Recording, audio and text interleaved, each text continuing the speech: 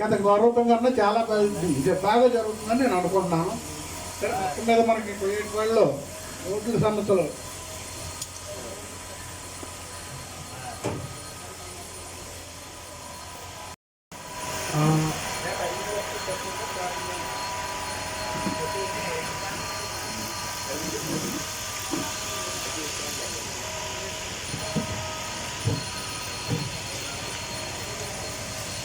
మన గ్రామంలో మొత్తం 5,000 పేదవాడిని ఎంతో కొంత ఆదుకోవాలనే కార్యక్రమం ద్వారా ముఖ్యమంత్రి చంద్రబాబు నాయుడు గారు కొత్త లైన్ తీసుకున్నారు. దాన్ని కూడా పేదవాడు ఏ రకంగా కొంతమంది చేతన వారికి సాయం చేసి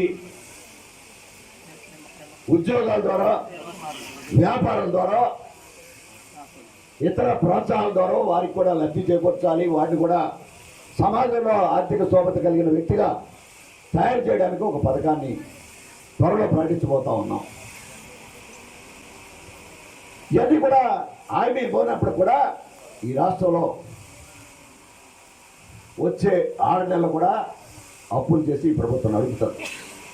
వచ్చే సంవత్సరం అంటే 2026 మార్చి తర్వాత జరగబోయే ప్రభుత్వం సెల్ఫ్ సఫిషియెంట్ కాబోతుందనే మాట చెప్తా ఉన్నాం. అంటే అప్పులు చేయకుండా నడపడానికి ప్రభుత్వం సిద్ధంగా ఉంది అనే మాట చెప్తా ఉన్నాం. ఇక ఆశ్చర్యకరమైన విషయం ఏంటంటే 2024 ఏప్రిల్ 2025 మార్చి వరకు కూడా జగన్మోహన్ రెడ్డి గారు అడ్వాన్స్గా బీజేపీతో చేతులు కలుపుకున్నారు కనుక ఆ డబ్బులు కూడా కేంద్రం రావాల్సిన డబ్బులు సంవత్సర కాలం ముందు అడ్వాన్స్ తెచ్చుకుని మమ్మల్ని కూడా ఇబ్బంది పెట్టాడు అన్నమాట. మీ ఇబ్బంది లేకుండా మేము అప్పు చేస్తూ ఉన్నాం మాట చెప్తా ఉన్నాం. ఇటువంటి పరిపాలనలో సహకరించండి అనే మాట చెప్తా ఉన్నాం. అంత ఎక్కడ కూడా ఇబ్బంది లేకుండా ఈ ప్రభుత్వం ప్రయత్నం చేస్తుంది, చేసి చూపిస్తుంది అనే మాట చెప్తా ఉన్నాం. ఈ గ్రామంలో ఇది రాష్ట్ర ఆర్థిక పరిస్థితి కూడా మీకు తెలియాలి. ఈ సంవత్సరం ఎంతో ప్రభుత్వ సంవత్సరం కూడా అంతే. తేడా ఉంటుందా? మీకు చిన్నగా ఉండొచ్చు, ప్రభుత్వం పెద్దగా ఉండొచ్చు. ఆదాయం ఖర్చు ఎక్కడి నుంచి రావాలా? ప్రభుత్వానికి కూడా ఆదాయం రావాలి కదా, రావక్కర్లేదా? రావాలి. డెఫినెట్గా మీకు సంబంధించినంత వరకు ఇబ్బందులు ఏదున్నా సహకరిస్తాం ప్రభుత్వ పరంగా అనే మాట ఈనాడు హామీ ఇస్తూ ఈ కార్యక్రమంలో పాల్గొన్న ప్రతి ఒక్కరు కూడా ఊరికే చెప్తాడు కనుక ప్రభుత్వ పాఠశాలలో చదవడానికి సిద్ధంగా లేదు. నేను వాళ్ళ స్కూల్లో చదువుకున్నా, మా ఊళ్ళో స్కూల్లో చదువుకున్నా. ఆదిరెడ్డి గారు ఇక్కడ తెలియదు, మీరు కూడా ఇక్కడేనంట. ఇవన్నీ కూడా చర్చించండి మీరు కూడా. వాస్తవం ఈవేళ ప్రభుత్వ పరంగా నిన్న ఎవరో లెక్కలు చెప్తా ఉన్నారు. ప్రతి విద్యార్థి మీద ప్రభుత్వం ఖర్చు 90,000 రూపాయలు. ఒక విద్యార్థి చదువు కోసం 90,000 సంవత్సరానికి ఖర్చు చేస్తుంది. ఎందుకు ఖర్చు చేస్తుంది? పాఠశాలలు, వారి మధ్యాహ్న భోజనం, వారికి పుస్తకాలు, వారికి bag, toilets, teachers, non teaching staff,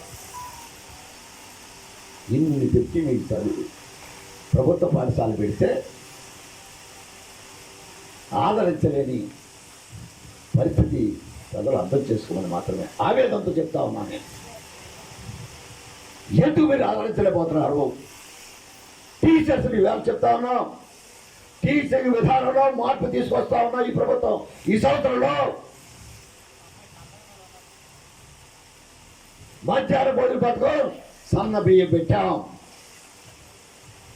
మీ ఇంట్లో కన్నా మంచి బియ్యంతో వండిస్తా ఉన్నాం. వాస్తవాలు మాట్లాడుతూ ఉన్నా, ఆత్మ పరిశీలన చేసుకొని ప్రజలు అడుగుతా ఉన్నా. ప్రభుత్వ పక్షాన ఈనాడు ఈ ప్రభుత్వం ప్రజాప్రభుత్వం. ఈ ప్రభుత్వం ప్రజల కోసం పనిచేస్తున్న ప్రతి పని మీ బాగు కోసం, మీ అభివృద్ధి కోసం, మీ సంక్షేమం కోసం, మీ ఆరోగ్యం కోసం, మీ యొక్క ఆర్థిక పరిస్థితిని మెరుగుపరచాలనే ఆలోచననే ఈ సబ్సిడీ స్కీమ్లో ఆయుష్లు లాంటి పథకాలు ఇంటికి పెడతా ఉన్నారు.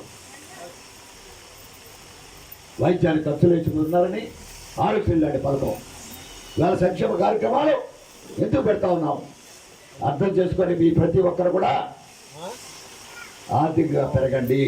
సమాజంలో వచ్చే ప్రతి ఒక్కరిని చదివించండి. పురుష భేదం లేకుండా ఉన్నత చదువులు చదివించాలని కోరుకుంటూ సెలవు తీసుకుంటాం. థ్యాంక్స్.